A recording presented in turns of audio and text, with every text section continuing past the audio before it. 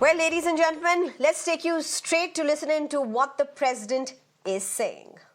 Celebrated as Samvidhan Divas, that is Constitution Day, since 2015.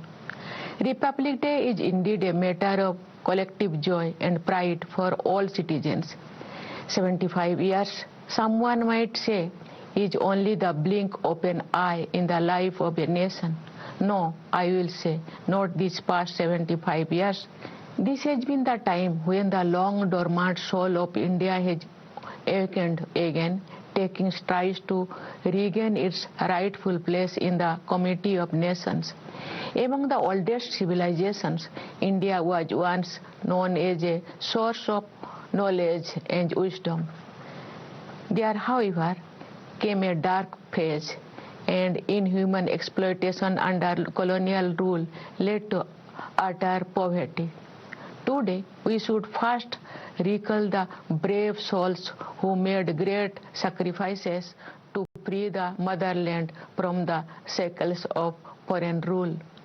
Some were well known, while some remained little known till recently.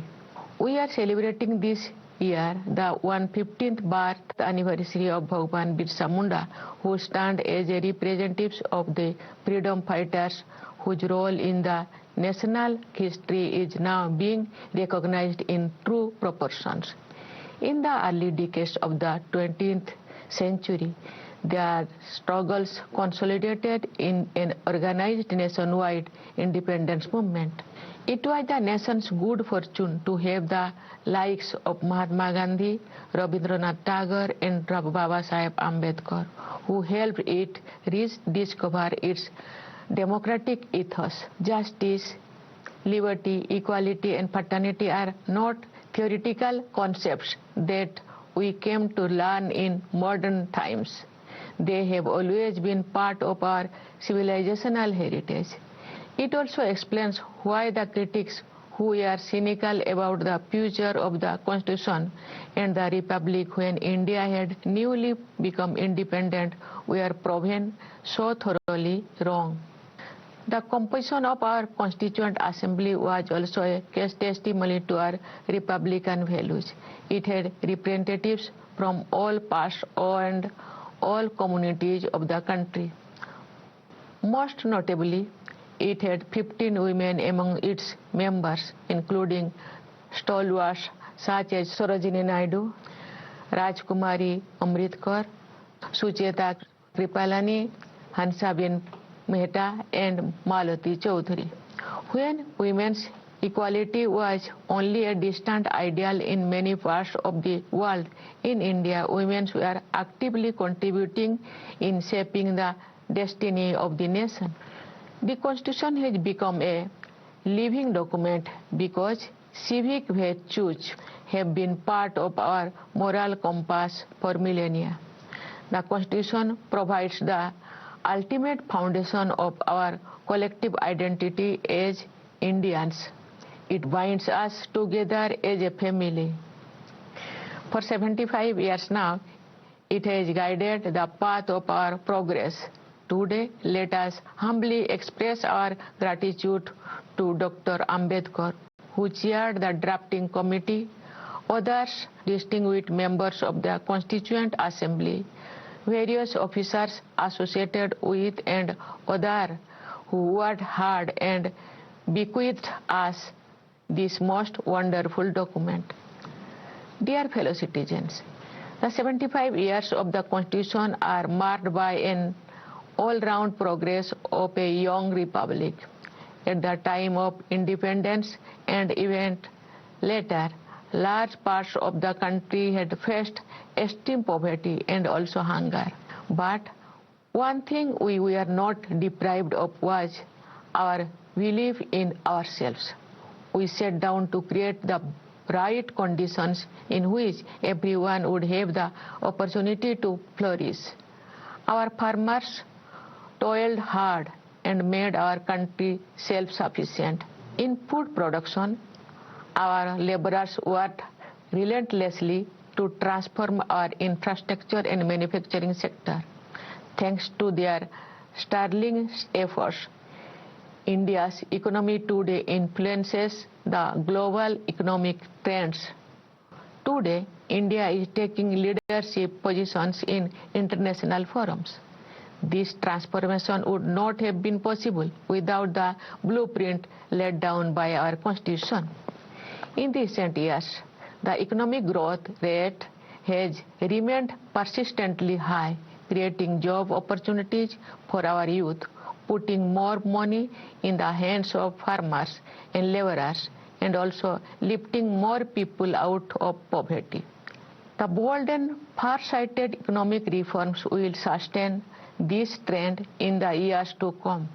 Inclusion is the cornerstone of our growth saga, distributing the fruits of developments as widely as possible. As the government continues to assign top priority to financial inclusion, initiatives such as Pradhan Mantri Jan Dhan Yojana, Pradhan Mantri Jeevan Jyoti Bima Yojana, Pradhan Mantri Suraksha Bima Yojana, Mudra, Stand Up India and Atal Pension Yojana have been expanded to provide more people access to a variety of financial support schemes. Equally importantly, the government has redefined the notion of welfare, making basic necessities such as housing and access to drinking water a matter of entitlement. Every effort is being made to extend a helping hand to the marginalized communities, particularly of the scheduled caste, scheduled tribes, and other backward classes. For example, there have been pre-matric and post-matric scholarships, national fellowships, overseas scholarships, hostels and coaching facilities for the youth from the SC communities. The Pradhan Mantri Anusuchit Jati Abhyuday Yojana is making progress in reducing poverty among the SC communities by adding employment and income generation opportunities. There have been dedicated schemes for aiming for the socio-economic development of ST communities, including Dharti Aba Janajatiya Gramo Utkarsh Abhiyan and Pradhan Mantri Janajati Adivasi Nyaya Maha Abhiyan, PM Janman. The Development and Welfare Board has been constituted for the denotified nomadic and semi-nomadic communities. Meanwhile, the focus on physical infrastructure development, including roads and railways, ports and logistics hubs over the past decade has created a platform that will support growth for decades to come. The way the government has used technology in the field of finance has been exemplary. A variety of digital payment options as well as the system of direct benefit transfer have promoted inclusion, bringing a significant number of people within the formal system. It has also brought unprecedented transparency in the system. In the process, within a few years, we have created a robust digital public infrastructure that is among the best in the world.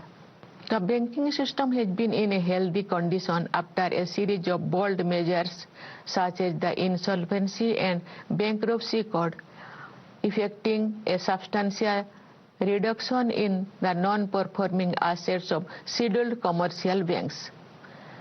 Dear fellow citizens, we won freedom in 1947, but many relics of a colonial mindset persisted among us for long. Of late, we have been witnessing concerted efforts to change that mindset.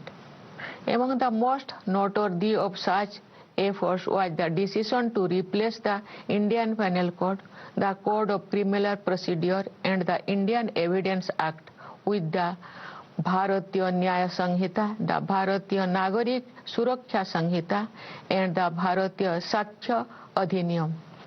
Based also on Indian traditions of jurisprudence, the new criminal laws place the delivery of justice instead of punishment at the center of the criminal justice system.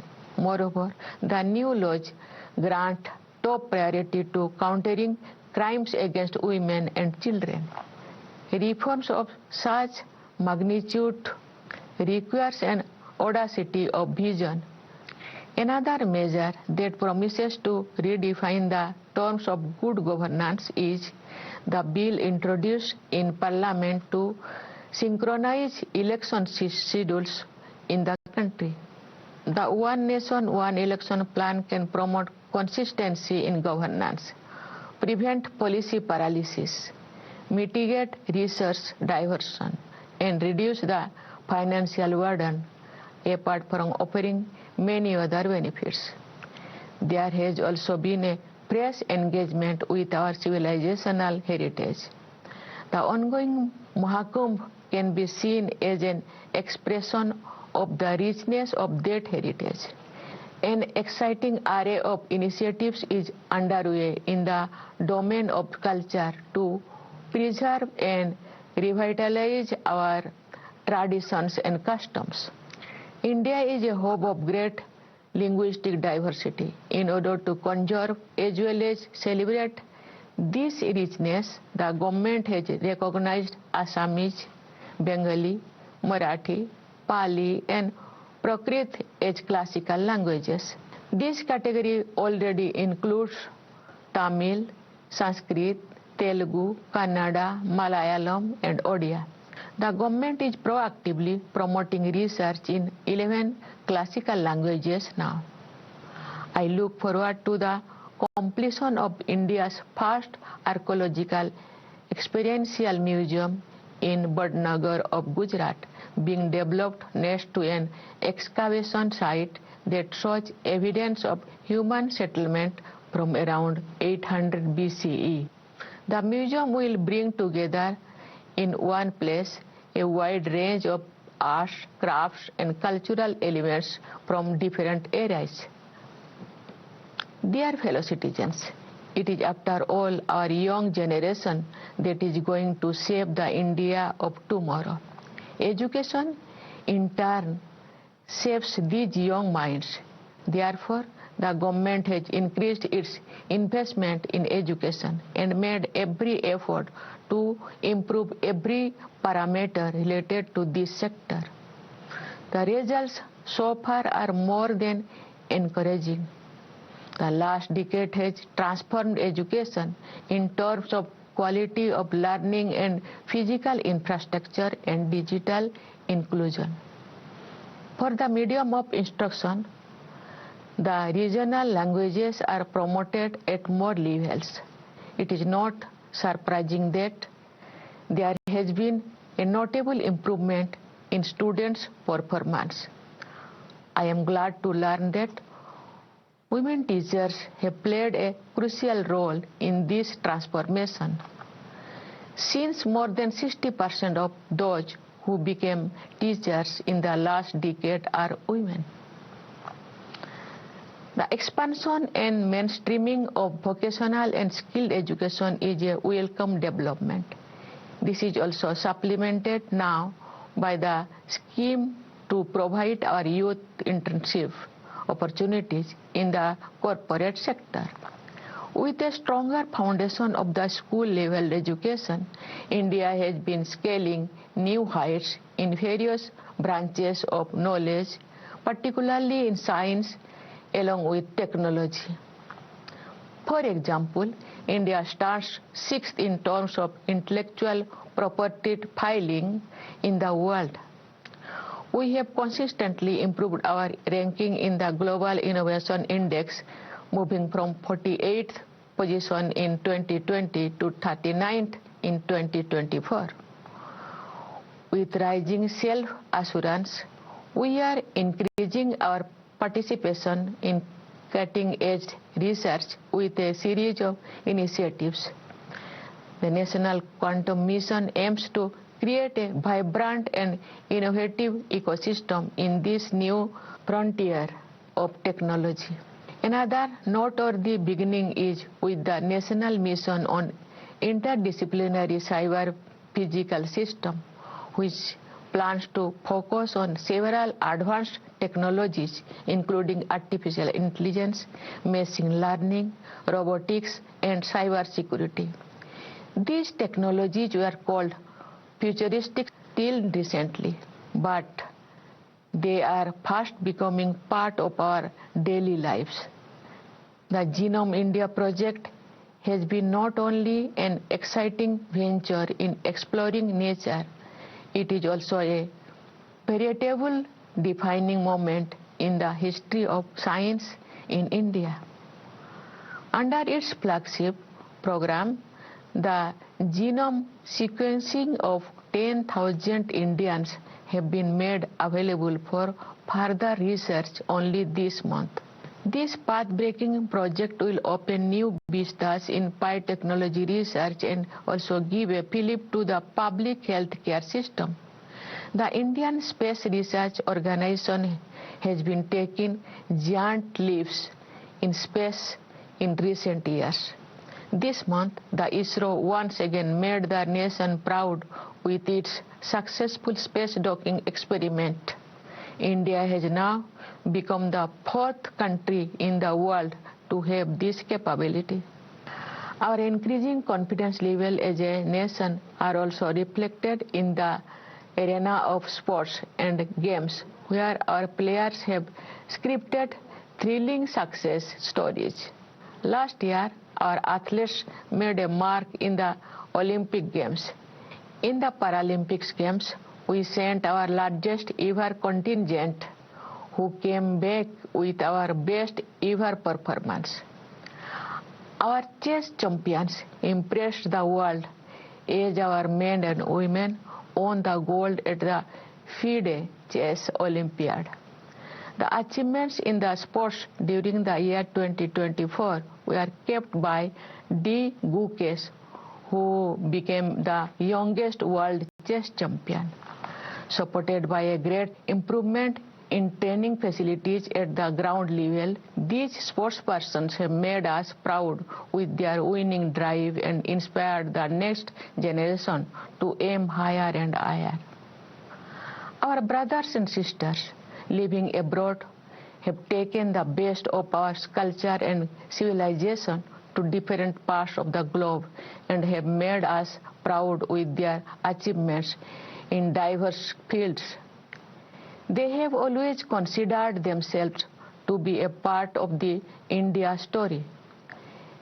As I said at the Pravasi Bharatiya Divas earlier this month, I am confident of their proactive and enthusiastic participation in the making of a Viksit Bharat, a developed India, by the year 2047. Dear fellow citizens, thanks to substantial and concrete progress in a wide range of areas, we are marching towards the future, holding our heads high. The key to our future is our youth, and especially the young women. Their dreams are molding the India of tomorrow. When we will be celebrating the centenary of our independence, and when today's children will salute the tricolor on 26 January of 2050, they will tell their next generation that this great quest would not have been possible without our incomparable Constitution guiding them along the way. Our future generations will also keep in mind the mission of independent India in the world.